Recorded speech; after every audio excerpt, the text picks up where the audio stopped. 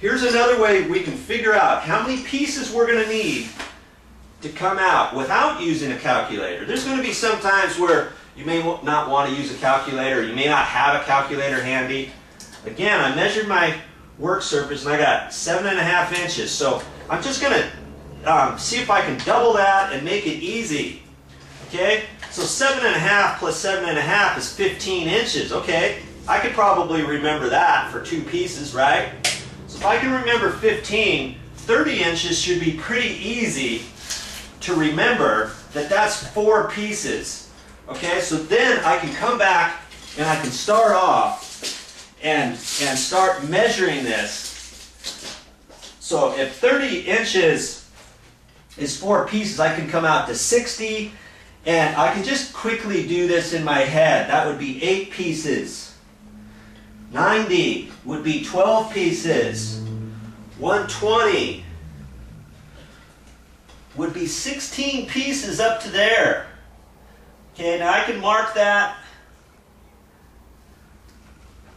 I've just got a little screwdriver down there. Okay, so I got 16 pieces to there. Now I can start working backwards to the door and seeing how close I'm going to be to here. So I can hold my tape measure at 15 inches from the tip of that on over and see where that's going to line up over here.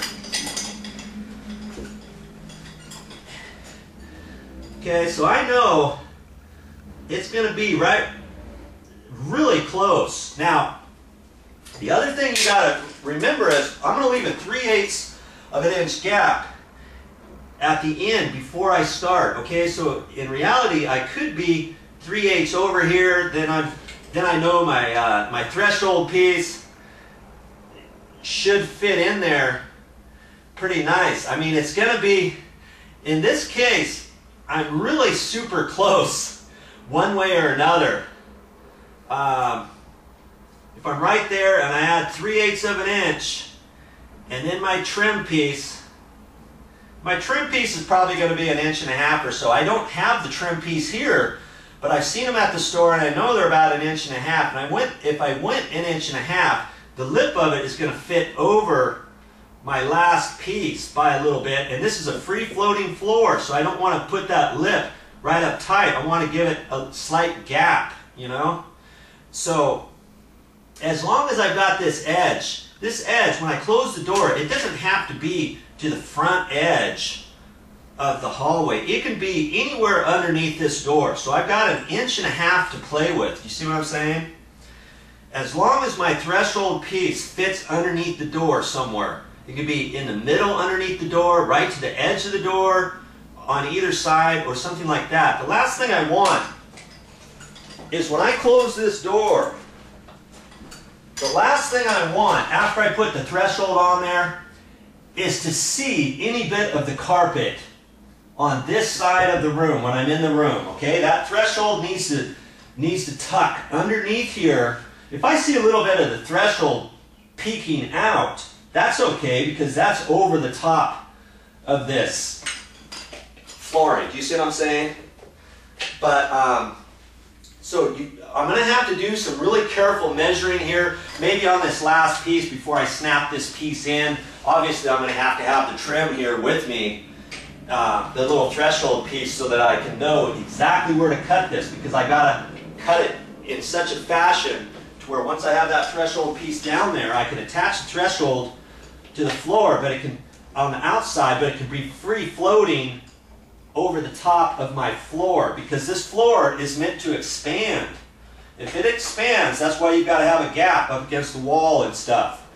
Okay, so if I have to have a gap here, if the floor expands this way, once it gets moisture in it, if it was cut tight up against the baseboard, what is it going to do? It's still going to expand. If there's a seam right here, it's going to peak. It's going to lift up, and you're going to see that in your floor, and you're going to know exactly what it is because you didn't leave enough gap. The directions say to leave 5/16 to 3/8 of an inch gap all around your floor, up against your baseboard, up against your wall, wherever. Okay, so that means from this baseboard, if your trim here sticks out, see this baseboard here doesn't stick out as far as this door casing. So when I make the notches, I have to make sure that I do that just right, okay? So you're going to have to go through a little bit of a thought process and make a determination where your last piece is going to come here.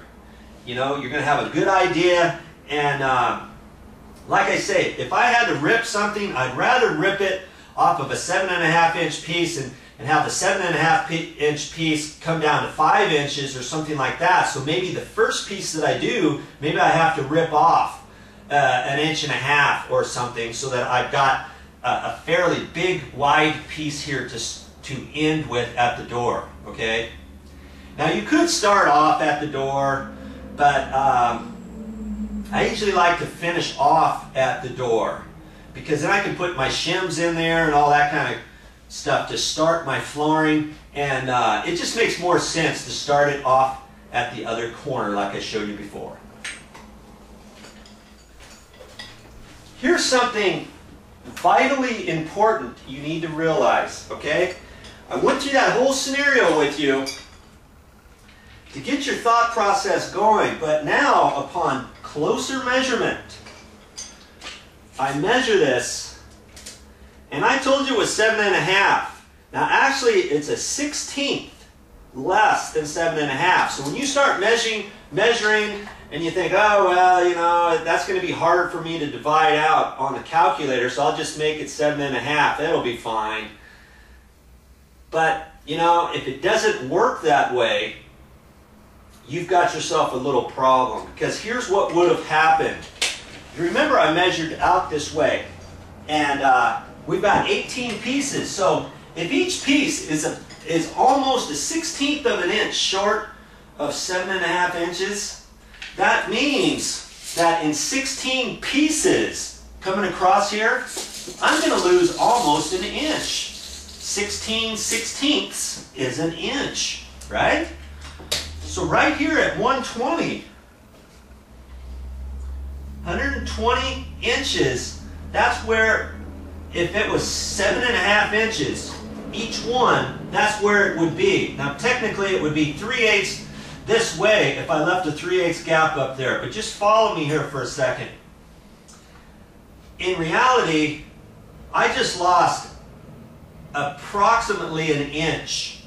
And you may think, oh, what difference does that make? That makes a huge difference because of how this is laying out. You remember, as I laid that out, I was going to be questionable up against this wall as it was, and also up against the sliding glass closet doors. Now, if I move that back an inch, I'm not going to have enough room. So see, if I go, I started there, but I know I have to have 2 more pieces here. Okay, so 7.5 and 7.5 is 15. And in reality, it's going to be 14 and 7/8 because I'll lose a 1/16, right? So now I'm right there. And that's way too far away from this edge. If I put the threshold on there, I may be lucky to have it fit underneath the door. It might fit on the inside. Plus, when I go over to the sliding glass doors, once I put my little trim piece over there at the sliding glass doors, I don't want to have any carpet showing. And so, I don't think this is going to work by just starting out with a full piece. Do you see what I mean? Because I don't really want, in reality, if you did that, now you've got to rip down a small little piece. And depending how big your rip is, maybe you don't have enough room to snap it in properly and all that. And then you've got just this small little piece hanging off of here. Now, like I said, it probably would work. So if you get in a pinch, you probably could do that. But I'm going to take the high road, and I'm going to end up my first row over here. I'm going to cut back. I got a 7.5 inches wide, so I could cut off maybe 2.5 inches or so. That way my first piece here, is going to end up being maybe 3 inches or so. Now here's another thing you may want to consider. Just because my planking is 7.5, about 7.5 inches wide, I've got two actual strips that you can see on here. And those strips are 3 5/8. So in reality, if I cut off some at that end, I don't want to have a piece. What I'm trying to do is end up without having a line next to another line that's really super short on the width. Okay, so you can kind of figure that out and see, okay, what do you want to do? Which means if I were to cut off some up here, you know, I want to end up maybe with something less than 3.5 inches for my last piece showing here.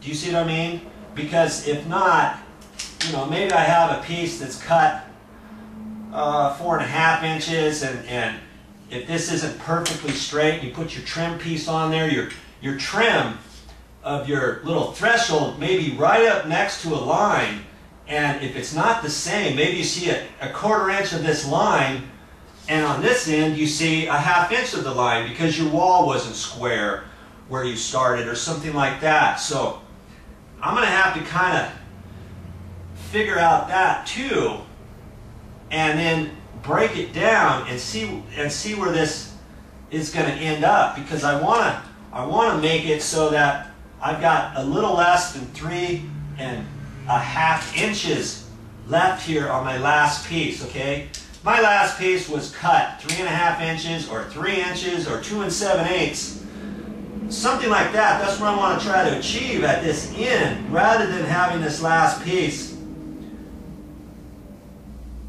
4 inches wide. Do you see what I mean? So now I've got to do some more measuring and figure out exactly where I'm going to start up there, because I don't want to just cut that first piece. I'll just cut that piece off 1.5 inches. What's the big deal? And so now I got a piece that's 6 inches that I start off, and then once I get up to here, oh shoot, I should have cut it off, you know, 5.5 inches or 5 inches, and then I would have been perfect up here. Do you see what I mean? So think about stuff like that if you really want to do a good job. And as you're figuring out this, you may have to do some more measurements over here by your sliding glass closet doors, because if that threshold is slightly different than this, you need to kind of do your same measurements, thought process, and all that, because you're going to have a nice long line over there too. Okay? So a few things to consider before actually snapping your first piece on the floor.